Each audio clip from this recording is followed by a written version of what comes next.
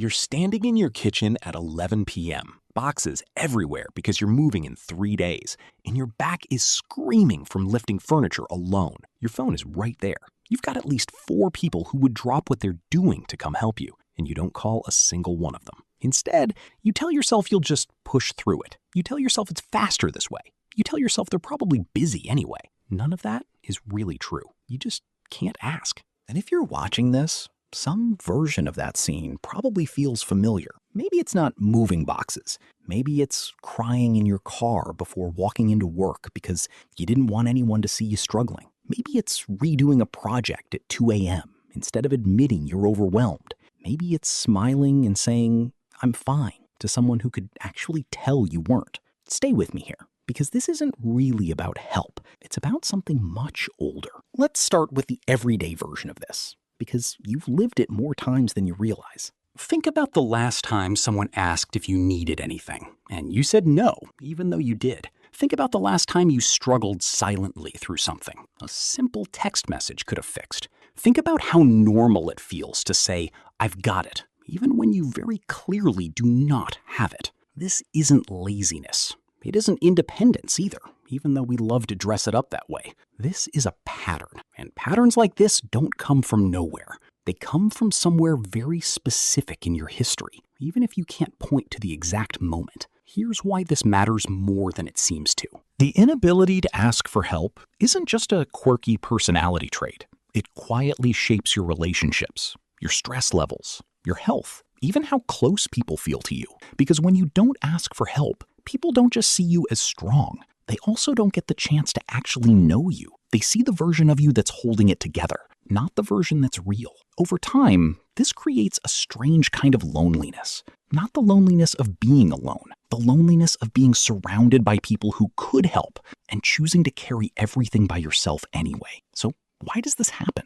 What's actually going on underneath it? Psychologically, asking for help requires something most people don't expect: vulnerability. And vulnerability to your nervous system doesn't feel like an emotional concept. It feels like exposure, like risk, like danger. If somewhere in your life, needing something from someone else led to disappointment, maybe they didn't show up, maybe they got annoyed, maybe they made you feel like a burden, your brain quietly filed that away. Not as a memory, exactly, but as a rule, a survival rule that says needing people is unsafe. Handle it yourself. This is why so many people who struggle to ask for help were, at some point, the ones who had to be the responsible one, the oldest sibling, the child of a parent who was overwhelmed, the friend who always listened but rarely spoke about their own problems. When you grow up learning that your needs are inconvenient, you don't unlearn that just because you're an adult now with people who genuinely want to help you.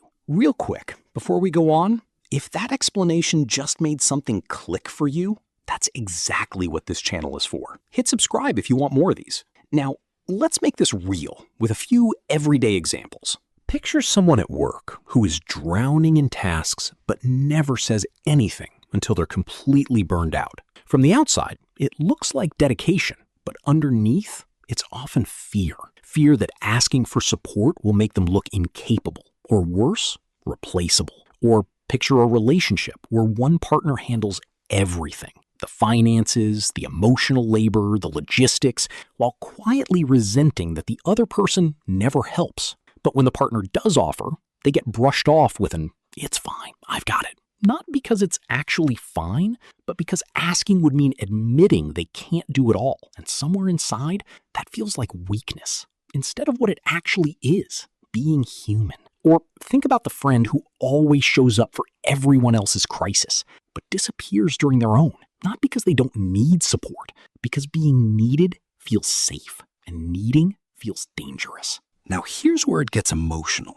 because this isn't really about tasks or logistics. Somewhere underneath the "I don't want to bother anyone" is usually a much quieter, much older belief. If I assure people how much I actually need, they might leave, or they might feel obligated, or they might see the real weight of me and pull away. That's the wound talking, not logic. Logic says people who love you want to help you, but emotional memory doesn't listen to logic. It listens to old experiences. And if those experiences taught you that needing someone leads to disappointment, your instinct will always be to protect yourself by needing no one. This is the deeper layer most people never actually look at. Not asking for help isn't about strength. It's about self-protection disguised as strength. And here's what most people completely misunderstand about this pattern. They think the goal is to just start asking for help, like it's a simple behavioral fix, a switch you flip. But you can't logic your way out of an emotional protection mechanism. Telling someone who struggles with this to just ask is like telling someone afraid of heights to just look down. The fear isn't about the action. It's about what the action represents. The real issue isn't the asking, it's the belief underneath it. The belief that your needs are a burden, that vulnerability is dangerous, that being seen as anything other than capable will cost you the relationship.